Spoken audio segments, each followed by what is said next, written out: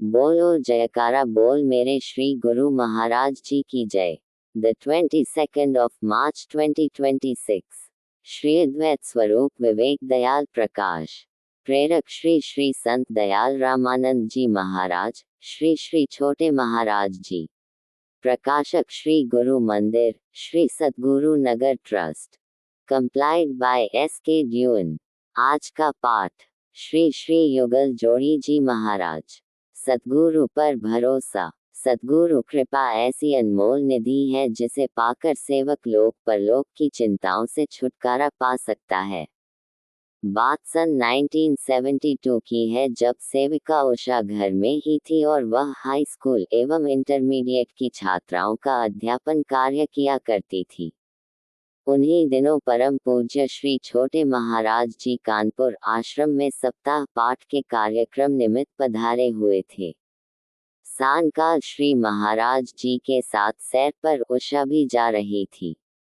रास्ते में जब स्कूल के पास से गुजरी तो एकाएक घबरा कर बोली, ओहो प्रभु, आज तो मुझसे बड़ी भारी भूल हो गई है।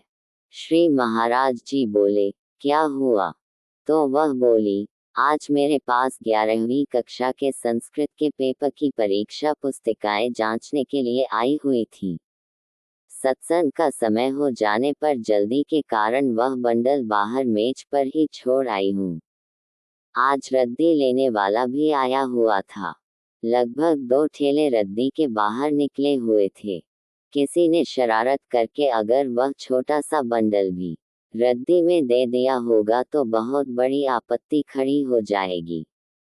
ये सुनकर बड़े सहज स्वभाव से परम पूज्य श्री छोटे महाराज जी बोले, बेटा, चिंता मत करो। जिस मालिक के लिए तुम समय निकाल कर आई हो वह स्वयं तुम्हारी लाज बचाएंगे।